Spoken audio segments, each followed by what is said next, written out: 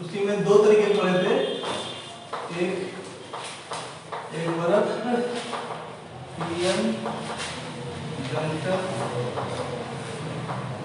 Next निकाल देना। क्या करो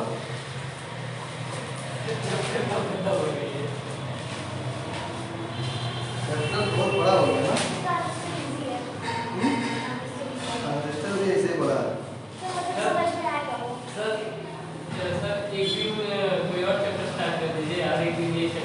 कल दूसरा टर्म है ना, हम भी यही सोच रहे हैं कि ये बोर हो गया और बोर पढ़ते पढ़ते हम लोग प्रयास करेंगे। हम लोग को 2 दिन समय है ना, एक दिन डायोड और ट्रांजिस्टर चलता रहेगा और दूसरे दिन डिजिटल इलेक्ट्रॉनिक्स चलेगा।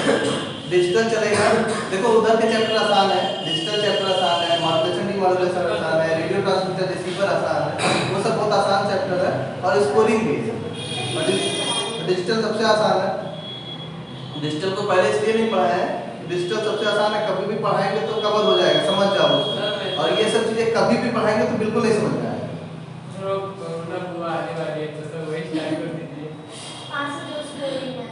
स्कोरिंग तो ये भी है, डेरिवेशन बुक उठा के देखो कि सारे क्वेश्चन यहीं से, ये तो कोई पढ़ाता नहीं जो तुम लोग पढ़ रहे हो। सब लोग इससे भागना चाहते हैं, इस पेपर से सब लोग भागना चाहते हैं, क्योंकि इसमें दिक्कत क्या है जानते हो क्या है? दिक्कत इस बात क्या है कि इसमें सिलेबस में एक पॉइंट लिख दिया है और जब क्वेश्चन पेपर जब पढ़ा देंगे, मान लो जो सिलेबस के हिसाब से पढ़ा देंगे, और जब तुम क्वेश्चन पेपर अपना देखोगे प्रीवियस ईयर के तो सोचोगे कि सर क्या पढ़ाए हैं, सारा टॉपिक लिखा भी दिया, कोई क्वेश्चन मिल भी नहीं रहा है। तो तुम लोग ये क्वेश्चन करोगे जब इस तरीके से पढ़ाते हैं कि सारा यहाँ अगर अपना नोट सारा कंप्लीट हो जाए, उसके बाद अनुसार देखोगे तो हर एक क्वेश्चन होता है, हर एक क्वेश्चन का आंसर तुम्हारे कॉपी में रहेगा, तब फिर वो दूसरी तरीके से हो जाता है। लेकिन भाई वो सब टाइम टेकन है, जब सारी चीजें एनालाइज करोगे तो थोड़ा टाइम तो लगेगा, लेकिन कोई दिक्कत नहीं है।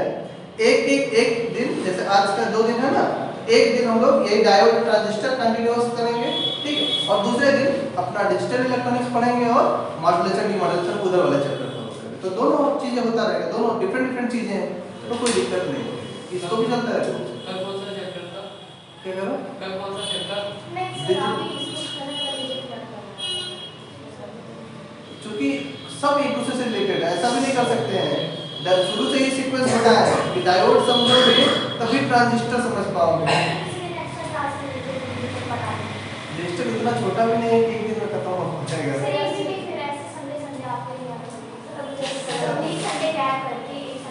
समस्या है कि समय का सारी चीजें पढ़ाई की तरफ कहाँ कोरोना तुम लोग आने वाला? धीरे-धीरे हो रहा है। अरे तो तुम लोग घर पे बैठ के पढ़ना, अगर कैसी सिचुएशन आ जाती तो ऑनलाइन चलेगा, ऑनलाइन पढ़ना, उसमें क्या समस्या है?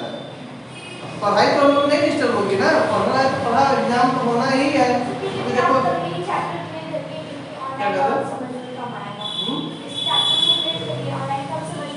अरे ये सब चैप्टर समझ लोगे तो ऑनलाइन और डिजिटल तो समझने में आसान होगा, वो चीजें आसान हो जाएगा, वो चीजें आसानी से समझ लोगे। लेकिन ये भी जरूरी है कि वो इस सब चक्कर में असल में ऐसे पढ़ोगे तो इधर वो भी तैयार होता रहेगा थोड़ा थोड़ा।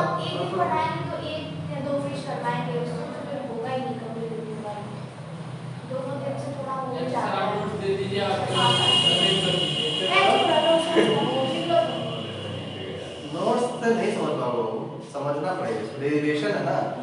अभी देखो ट्रांजिस्टर जा रहा है, समझाने के बाद नहीं समझ आ रहा, नोट्स से कहाँ जाएगा? नोट्स दे देंगे तो नोट्स दे ही देंगे, लेकिन चीजों को समझना अलग चीज है।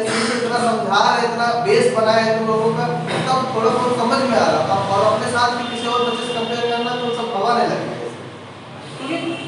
अब इसमें इलेक्ट्रॉनिक्स भी मर्ज किया हुआ है, सॉलिड भी मर्ज किया हुआ है, सब चीज मर्ज किया हुआ है, तो पेपर उठा के देखो, ऐसे नहीं समझ में आएगा। सिलेबस और पेपर दोनों पैरेलल देखोगे ना, एनालाइज करोगे जब क्वेश्चन पैटर्न पैटर्न, तब समझ में आएगा किस तरह का क्वेश्चन पूछा जाता है। और अभी तक का एनालाइज कर लोगे, जितना पढ़े हो उतना क्वेश्चन पेपर और सिलेबस मिला के देखोगे तो तुमको समझ में आएगा कि सिलेबस में टॉपिक तो है ही नहीं और सब पढ़ाए हुए हैं, उसका आंसर मिल रहा है।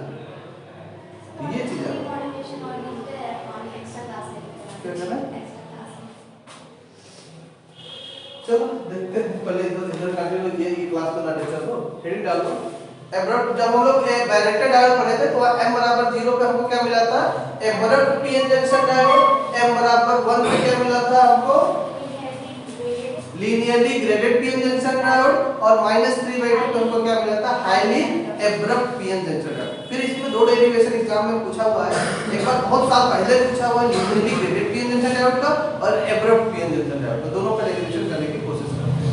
तो पहला हेडिंग डाल देना एब्रप्ट पीएन जंक्शन डायोड। इसमें लिखना when a p type material when a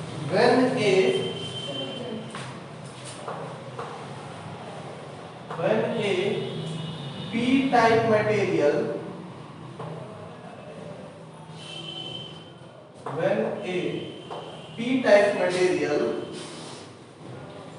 is contact with n type material is contact with n type material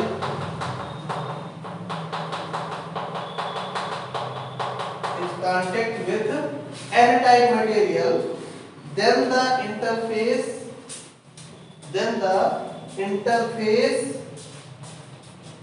between the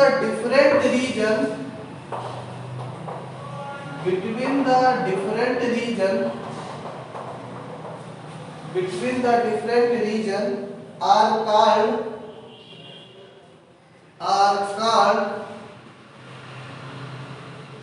PN junction.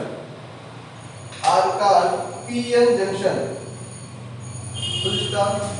The junction in which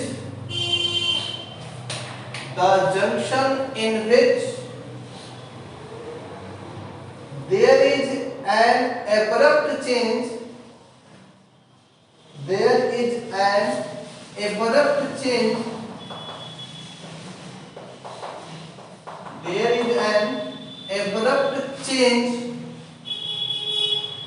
From acceptor ion in one side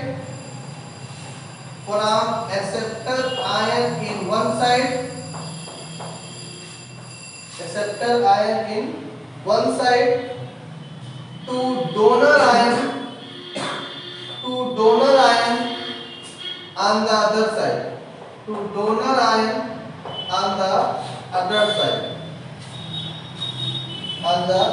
side. Are called the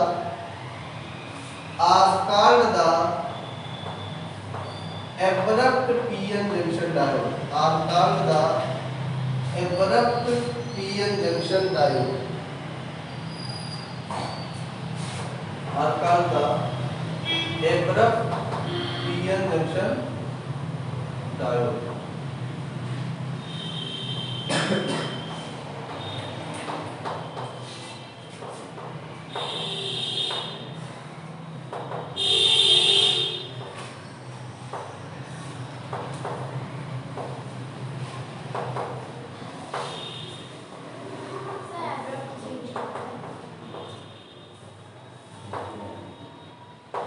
मतलब on the spot जो changing हो रहा है, जब P और N के diode चला रहे हैं तो abrupt varactor diode, special types के डायोड्स पढ़े हो ना, वैरेक्टर डायोड, ये हमेशा किस वॉइस में काम करता है? रिवर्स वॉइस डायरेक्शन में काम करता है ना। उसी में जो हम पी और एन को मिलाते हैं तो एब्रप्ट चेंज अगर हो रहा है, डायोड चेंज हो जा रहा है, तो वो जो डायोड हो रहा है वो क्या पीएन। एक्चुअल में देखो सबके सब क्या है, पीएन जंक्शन ही है। फॉर्मेशन कॉन्सेप्ट सब पीएन जंक्शन डायोड का ही है, बस थोड़ा सा उसमें क्या है स्पेसिफिकेशन, बस कॉन्सेप्ट वही है। देखो यहाँ भी जंक्शन फॉर्म हो रहा है, यहाँ भी डिप्लीशन फॉर्म हो रहा है। ये x1 ये x2 हमेशा x1 इज लेस देन कितना होता है x2 रूट बनाया था ना, फिगर भी बनाया था, डिप्लीशन रीजन निकाले थे तो वहां बनाया था ना, ये x1 छोटा होता है x2 चौड़ा होता है x1 की कंपेयर। देखो यहाँ पर x1 पतला बनाया है, x2 चौड़ा बनाया है, और ये हमारा उसका पोटेंशियल वेरिएबल है। पोटेंशियल वेरिएबल में ये हमारा पोटेंशियल डिफरेंस ऐसे ना बनाते हो, ये बना लो, ये abrupt PN junction diode.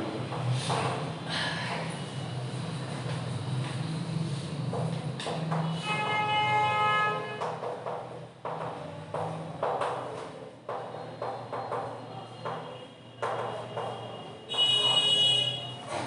Ion acceptor ion में चेंज होता है। डोनर आयन डोनर आयन किसे कहते हैं पहले ये बताओ। सर ये जो पॉजिटिव नेगेटिव लिखे हो यही ना आयन, वहां पर इलेक्ट्रॉन्स रहते हैं, वो चार्ज रहते हैं, और चार्ज जब डिप्लीशन रीजन में आए तो आयंस में इंट्रोड्यूस होता है जंक्शन रीजन के पास। एन रीजन वाला पी रीजन में आयंस में इंट्रोड्यूस हो जाता है, पी रीजन वाला एन रीजन में जंक्शन के पास क्या करता है, लेयर क्रिएट करता है और अपने आप को आयंस में इंट्रोड्यूस करता है। उसी को बोला गया है ये पॉजिटिव वाला कौन सा होगा, डोनर जो डोनेट करे। डोनेट कौन करता है, पी टाइप की N type? Sir and P बोलोगे तो कैसे काम करेगा? टाइप पी टाइप क्या करता है, डोनेट करता है। नहीं sir N type P type पे पढ़े हो ना, डोनर और एक्सेप्टर। डोनर होता है पी एक्सेप्टर हाँ, एन टाइप जो होता है वो डोनर होता है, पी टाइप जो होता है उसको एक्सेप्टर टाइप बोलते हैं। ये चीज अंडरस्टूड है ना? अगर इतना भूलोगे तो बिल्कुल नहीं समझ पाओगे। अब देखो क्या है, यहाँ पर जो पॉजिटिव दिख रहा है ये मतलब कौन सा आयन होगा? सर डोनर एन अभी बोल रहे हो डोनर होगा, फिर पॉजिटिव को बोल रहे हो डोनर आयन होगा। सर चार्ज देख के हम बोल रहे हैं। चार्ज कैसे? चार्ज तो इस रीजन में रहेगा ना, पी और एन में चार्जेस रहते हैं, और जब वो जंक्शन के पास इस रीजन में जाते हैं तो चार्ज को आयंस में इंट्रोड्यूस कर देते हैं, डिप्लीशन रीजन कहते हैं। चीजें अंडरस्टूड है ना? तो जब यहाँ पे जाओगे तो कोई जंक्शन रीजन के पास एक लेयर क्रिएट करते हैं और चार्जेस को आयंस में इंट्रोड्यूस कर देते हैं। यहाँ से पी रीजन वाला एन रीजन में जाता है तो जंक्शन रीजन के पास एक लेयर क्रिएट करता है तो और अपने आप को चार्जेस को आयंस में इंट्रोड्यूस करता है। यहीं से ना डिप्लीशन रीजन का फॉर्मेशन होता है। ये तो बहुत पुराना कांसेप्ट है। X1 और X2 एक ग्रेटर एक स्मॉलर। हाँ, ये चीज जब डिप्लीशन रीजन बनाए होंगे तो वहां पर बताए थे ना कि x1 और x2 बराबर दिखता बनाए तो है, लेकिन एक्चुअल में क्या होता है, x1 इज लेस देन क्या होता है x2 के। तो यहाँ पर भी देखो वही काम किया है, x1 थोड़ा छोटा बनाया है x2 के कंपैरिजन में बड़ा। तब उसी x2 को तीन पार्ट में बांटते थे, वहां से उसका क्या कहते हैं इलेक्ट्रिक फील्ड निकालते हैं, उसका डिप्लीशन रीजन की बिट की वैल्यू फाइंड आउट किया। तो कांसेप्ट सब वही कांसेप्ट हम नहीं चेंज कर रहे हैं, बस सिनेरियो थोड़ा सा क्या हो जाता है। ऐसा थोड़ी करेंगे कि पीएन जंक्शन में पढ़ा रहे हैं तो कैथोड पीएन जंक्शन तो डोनर आयन दूसरा हो जाएगा, एक्सेप्टर आयन दूसरा हो जाएगा, ऐसा नहीं होगा। कांसेप्ट और बेस वही रहेगा। हो गया?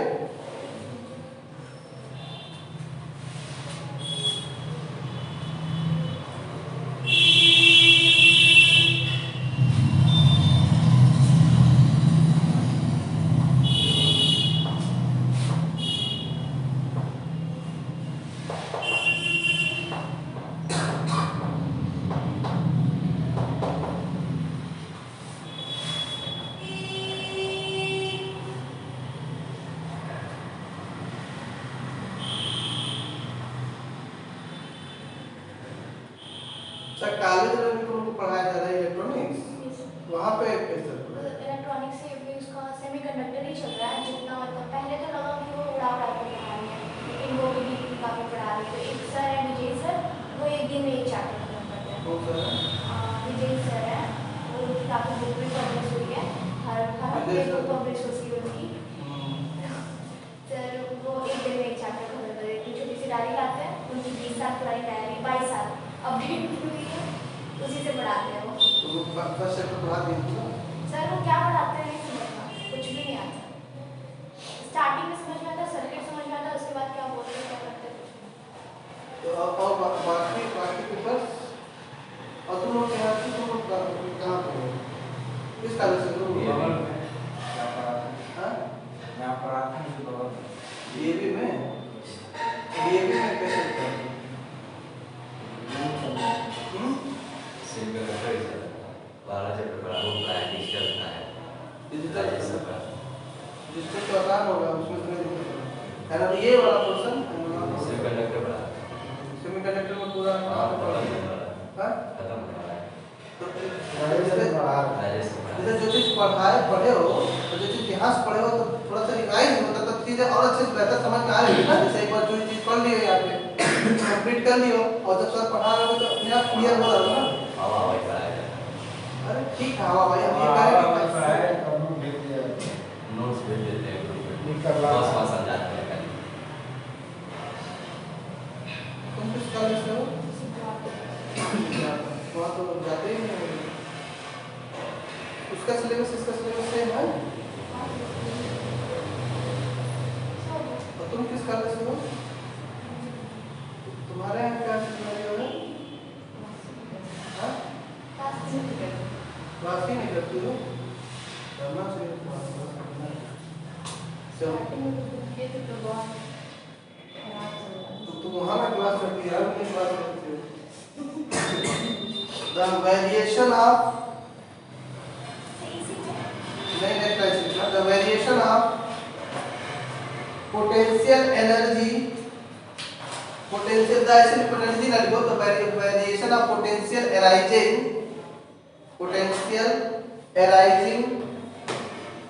due to the space charge in abrupt p-n junction are shown in the above figure.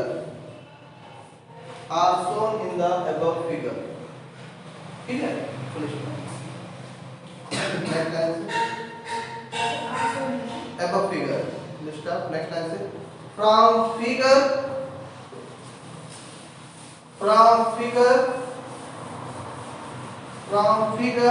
it is clear that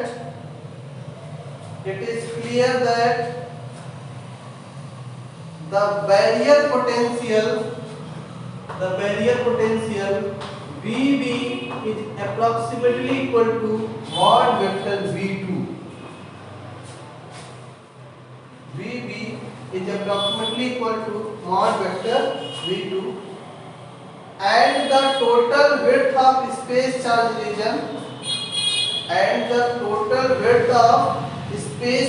region is x is approximately equal to x2 and the total width of space charge region is x is approximately equal to x2. The width space charge region is x is approximately equal to x2. बहुत छोटा नहीं है, लेकिन x2 के comparison में उसकी जो width है वो कम होती है। ठीक है? स्पेस चार्ज रीजन की जो विड्थ होगी x1 + x2। हाँ, तो x1 + x2 होगी। आपने यहाँ पे x2 मॉडल तो वही चीज बोलना है कि इसकी total width approximately equal to किसके आ रही है? x की टोटल विड्थ है ना ये x। ये टोटल विड्थ की value approximately equal to x2 के आ रही है। ये चीज अप्रोक्सीमेटली विड्थ होता है। नेक्स्ट लाइन से in order to find the expression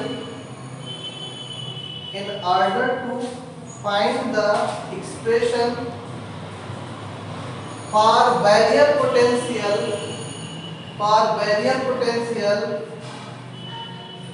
in space charge region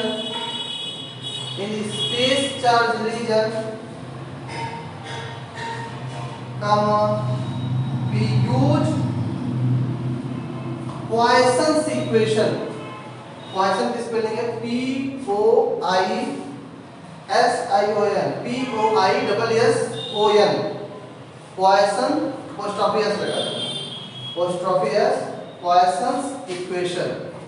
Poisson's equation क्या कहता है कि d2v अपॉन dx स्क्वायर बराबर minus rho upon epsilon equation number 1। ये हमारा Poisson's इक्वेशन होता है, इसको याद रखो। d2v अपॉन dx स्क्वायर बराबर minus rho upon epsilon.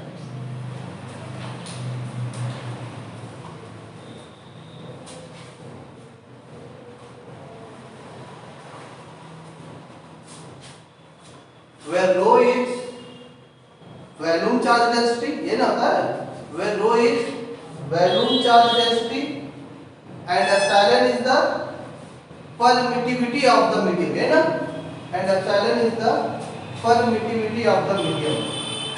where rho is the volume charge density and epsilon is the permittivity of the medium. So next line. Now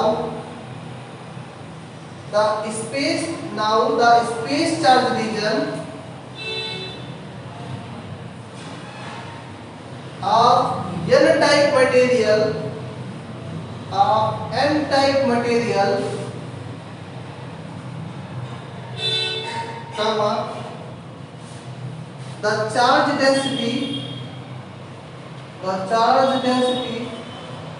n type के लिए charge density rho बराबर क्या हो जाएगा, इसके respective जो charge होगा और जो number of atom E n type में कौन सा नंबर ऑफ डोनर आयंस होगा ना, E इनटू डोनर आयंस होगा ना, नंबर ऑफ एटम्स कितने कितने हो जाएगा nt, उसमें इसी मल्टीप्लाई कर दोगे तो उसके रिस्पेक्टिव चार्ज कितना वैल्यू है वो मिल जाएगा.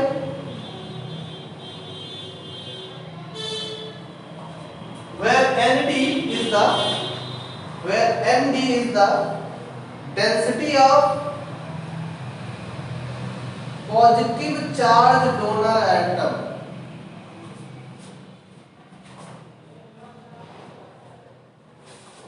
Now from equation 1 next line से, now from equation 1 next line से, now from equation 1 comma v है तो कितना हो जाएगा d2v अपॉन dx स्क्वायर बराबर दो की जगह पे रख दोगे तो कितना जाएगा minus e n d upon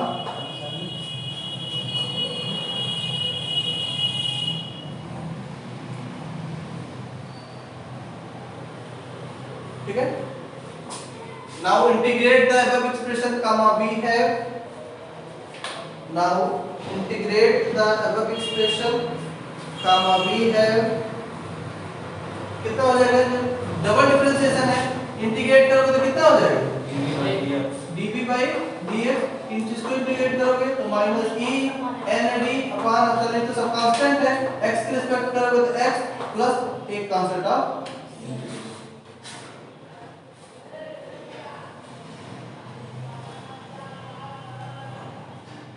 ठीक है. where c1 is a constant of integration,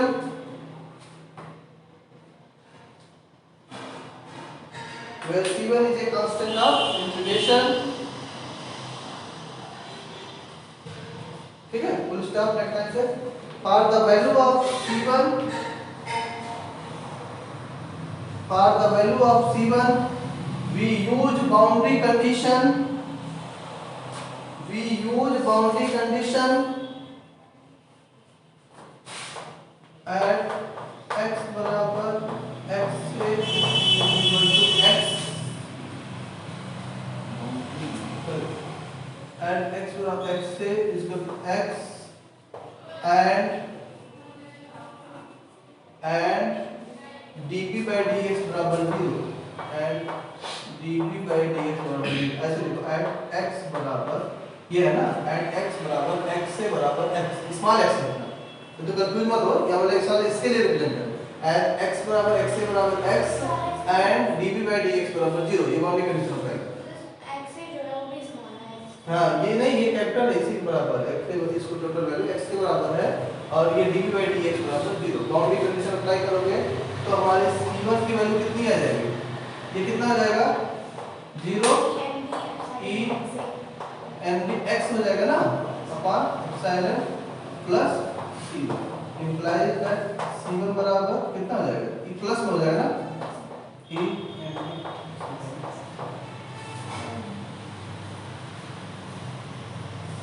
तो देन कोई इक्वेशन दे रहा है हम लोग, इक्वेशन 1 दिए इसको 2 दे दो, इसको 3 दे दो, इसको 4 दे दो, इक्वेशन 5 दे दो, then equation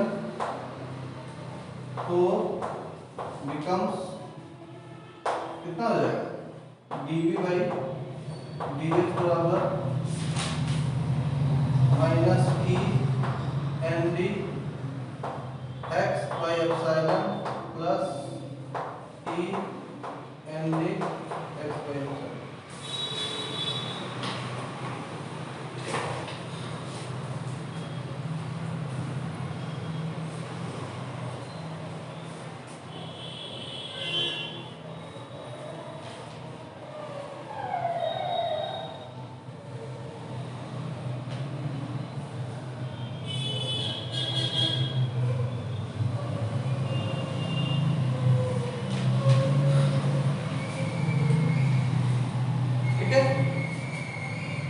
but we know that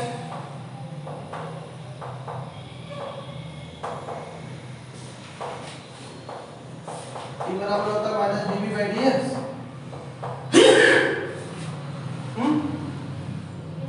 e बराबर माइनस dv by dx।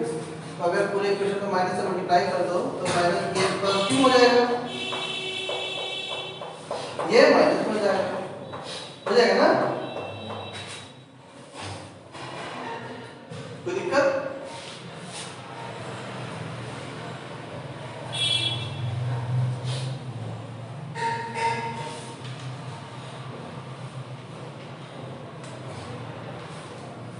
ठीक, चलो इसको दे दे question number 6। Now integrate the above equation 6 to 6 दे दे question 7। Now integrate the above equation 6 comma v है।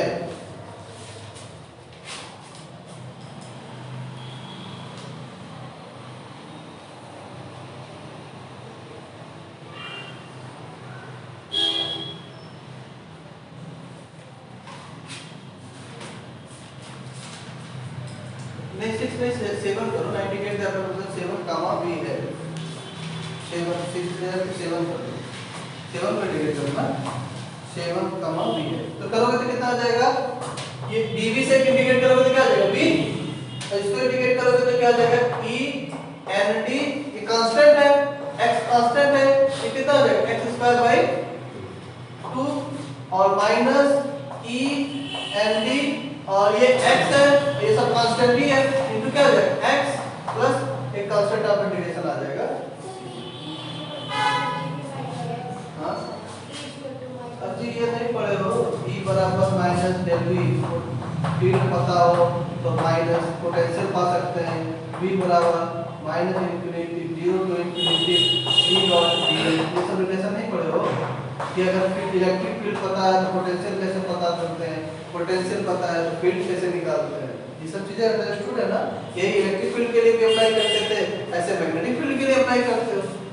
तो यहाँ पर ये डेल का मतलब क्या होता है, del by del x d by dx ही तो होता है, तो d बराबर dv बाय dx। अरे कुछ भी लिख सकते हो, कैपिटल नहीं लिख सकते, ठीक कैपिटल नहीं कर सकते, कंफ्यूज मत हो, वो चार्ज है यहाँ पर ये फील्ड। अच्छा यहाँ मान लीजिए लेके चलना चार्ज को ना, कैपिटल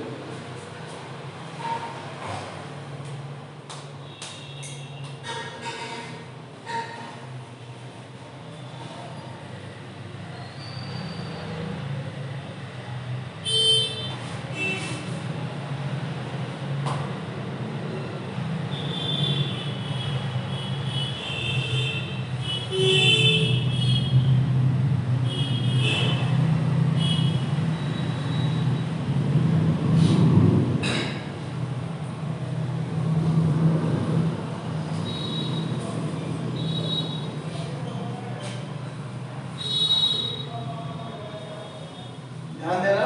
तो चूंकि यहाँ माइनस dv है ना, ध्यान दो, तो माइनस ये तो कर दिए ना, नहीं कर दिए, जब इंटीग्रेट करोगे तो यहाँ माइनस आ जाएगा और यहाँ माइनस माइनस कैसे लिख रहा है पता है ना, तो माइनस को बैलेंस करने के लिए यहाँ माइनस माइनस कितना माइनस आ जाएगा और यहाँ माइनस बैलेंस कितना आ जाएगा। Where C2 is a constant of integration, इसको देते हैं question number 9 8, where C2 is a constant of integration।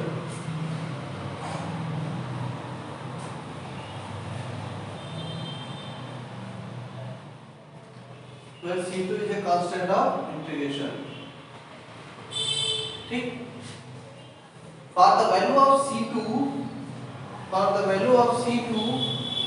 we use boundary condition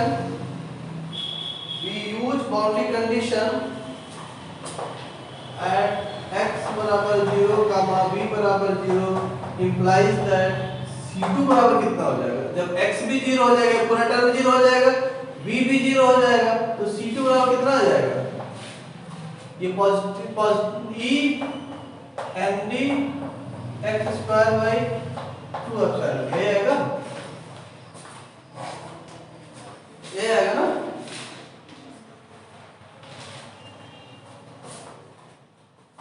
इसको दे दो क्वेश्चन नंबर 9। तो इक्वेशन 8 becomes कितना देगा v बराबर minus E N D upon epsilon into X square by 2 और plus E N D X square by 2। वही आ गया क्या? वही आ गया क्या जी?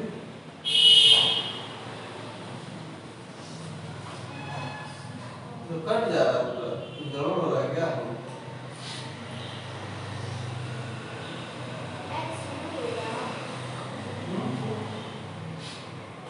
अच्छा यहाँ पे ये था, ठीक है, ये था C2 था, यहाँ पे x 0 रखोगे तो ये पूरा टर्म 0 हो जाएगा, v 0 रखोगे तो पूरा टर्म 0 हो जाएगा। तो C2 बराबर कितना आ जाएगा? ये प्लस का है, माइनस का क्या 0 हो जाएगा? तो कैसे 0 हो जाएगा? अच्छा हाँ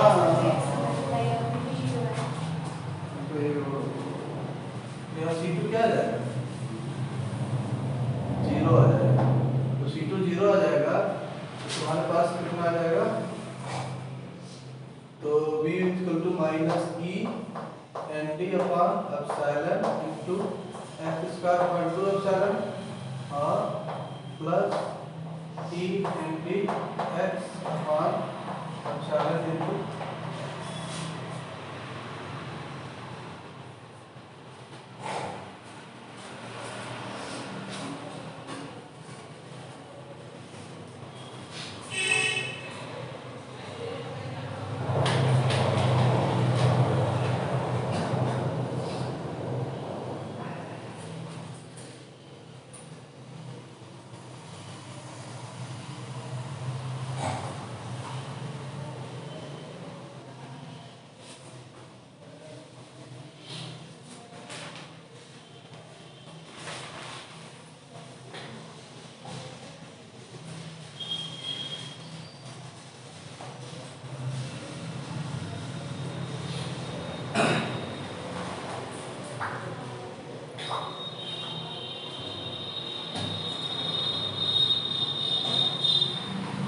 यहाँ से अगर लेके चलो इसको minus E N D upon 2 epsilon, अगर यहाँ से कॉमन ले लो तो यहाँ क्या बचेगा? एक्स स्क्वायर माइनस, तो यहाँ से 2 से मल्टीप्लाई करने को पड़ेगा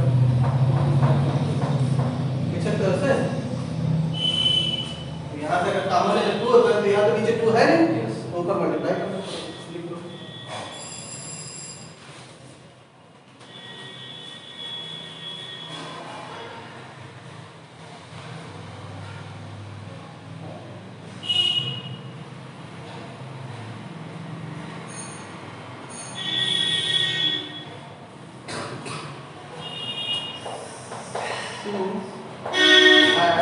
x बराबर x2 बराबर x एंड v बराबर v2, देन ये माने थे ना, तो कितना आ जाएगा? v बराबर v2, v बराबर क्या जाएगा?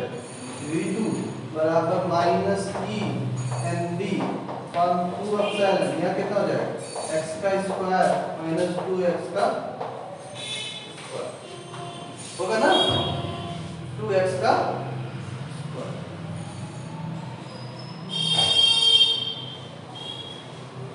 तो 2x का स्क्वायर से एक x का स्क्वायर कट करोगे पता है कितना? माइनस x का माइनस माइनस प्लस, तो कितना आ जाएगा? e n d upon 2 epsilon into x का square, e n d upon 2 epsilon into x का क्वेश्चन नंबर दे दो, कितना दियो? 8 दियो नंबर।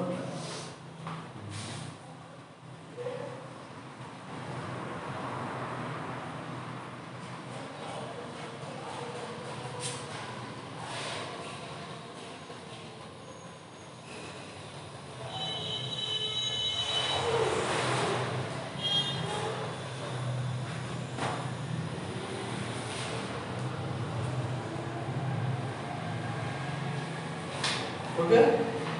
देखो इसके नीचे सिंस एट x बराबर 0, सिंस एट x बराबर 0 एंड E बराबर EM, E बराबर EM, therefore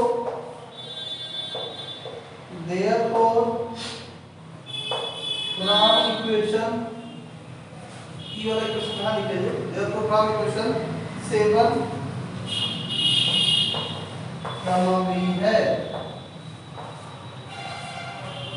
इस इक्वेशन में देखो E बराबर क्या लिख दिए? EM, ठीक है, और x बराबर क्या है? 0। तो यहाँ पर जब x बराबर 0 तो ये पूरा टर्म क्या हो जाएगा? गैप हो जाएगा, बचेगा क्या? EM बराबर minus E N D X upon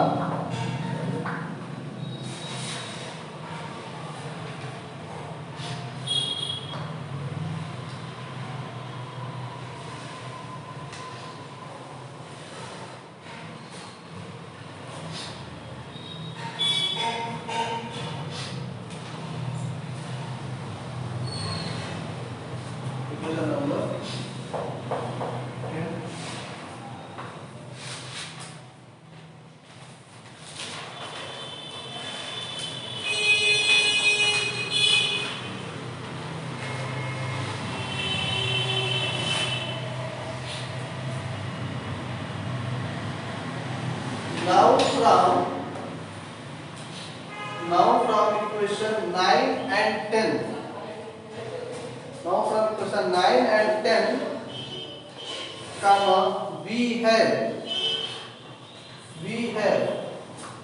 इसको लिख सकते हो ऐसे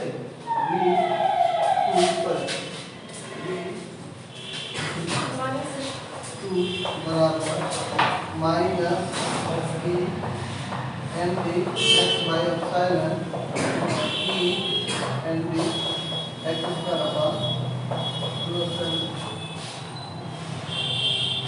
कैसे लिखो? ऐसे लिखो minus X square by minus E N D X upon epsilon और दूसरे ब्रैकेट में माइनस एक्स बाई 2। या इसको ऐसे लिख सकते हो implies that v2 बराबर minus 1/2 em into x, em into x।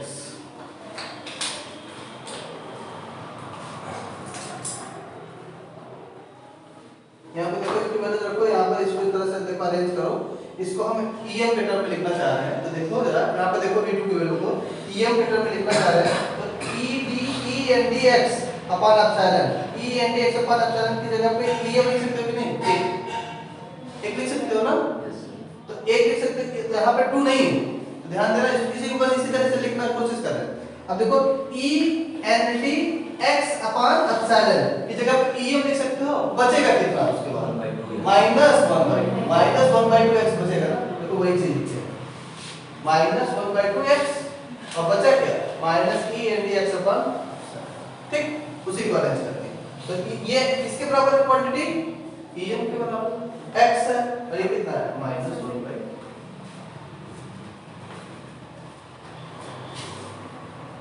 और पहले ही हम लोग एग्जामिन किए थे, क्या किए थे कि therefore VB is approximately equal to mod vector V2, पहले ही माने थे ना कि बैरियर पोटेंशियल की वैल्यू किसके वैल्यू बराबर? mod वेक्टर V2 के। फर्स्ट लाइन ये यही है, तो फर्स्ट लाइन जब लिखोगे तो VB ये माइनस टर्म का ऑटोमेटिक क्या हो जाएगा ना, तो यहाँ से इंप्लाइज दैट VB किसके बराबर हो जाएगा? अब यहाँ पर प्लस माइनस का खेल नहीं है, कितना हो जाएगा? 1/2 em into x, ये हमारा एब्सोल्यूट डायोड का बैरियर पोटेंशियल। कई बार डेरिवेशन में ये चीज पूछा जाता है, यहाँ पर वैल्यू लिख देना, ये x क्या है? वेयर x इज क्या है? ये width of the space charge. कई बार ऐसे एग्जाम में प्रूफ करके ऐसे डायरेक्ट पूछा है कि prove that barrier are an abrupt PN junction diode barrier potential VB बराबर 1/2 em into x। आसान डेरिवेशन है, बहुत कॉम्प्लिकेटेड नहीं है। एक बार अगर ध्यान से देखो, एक एक लाइन अगर समझ रहे हो तो फिर आसानी से करो। कौन कहाँ कैसे लिखा जा रहा है, जैसे यहाँ के बाद ये चीज़ कैसे लिखा जा रहा है, ये सब चीज़ें समझ में आ रही होंगी। तो डेरिवेशन में कुछ नहीं, बस सिंपल इंटीग्रेशन है, पहले बाउंड्री कंडीशन है, क्लस्टर इंटीग्रेशन निकालना है, वो सब कुछ करना है। तो ये भी डेरिवेशन कई बार एग्जाम में पूछा जाता है। रटने की कोई जरूरत नहीं है, रटना नहीं है, चीज़ों को बस समझ रहे रहोगे तो डेरिवेशन करो। कई बार एग्जाम में पूछा जाता है। अब सिलेबस में ढूंढोगे, सिलेबस में कहीं है ही नहीं ये सब, सिलेबस में ये सब नहीं है, लेकिन एग्जाम में पूछा गया है। तो ऐसा भी हम लोग काम नहीं करना चाहते हैं कि हम लोग पढ़ ले पूरा और क्वेश्चन पेपर जब उठा के देखो तो क्वेश्चन ही ना है, तो ये कहोगे तो सब पढ़े ही नहीं है, ऐसी चीजें ना। इसी तरह एक और क्वेश्चन पूछा है linearly graded PN junction diode का। कल जो डेरिवेशन कर लेंगे, कल नहीं अब नेक्स्ट टाइम डेरिवेशन करेंगे, वो linearly graded PN junction diode का। हाँ तो कल डिजिटल इलेक्ट्रॉनिक्स वाला क्वेश्चन करो, ठीक है? डिजिटल इलेक्ट्रॉनिक्स एक कल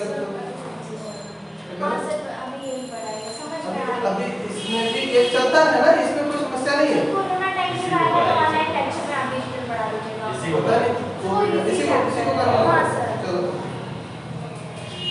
ये बचेगा linearly graded PN junction diode का एक डेरिवेशन है, और उसके बाद छोटे-छोटे हैं सोलर सेल, फोटो सेल, बाकी ये चैप्टर खत्म हो गया। फिर ट्रांजिस्टर शुरू किया जाएगा।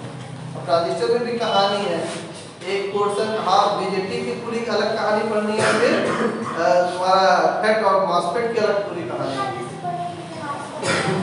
अगर सेमीकंडक्टर डायोड ट्रांजिस्टर पढ़ लोगे तो मैक्सिमम आधा पेपर से ज़्यादा तो इसी तरह से क्वेश्चन पेपर देखेंगे। अंसाब लाया कोई अंसाब लाया है?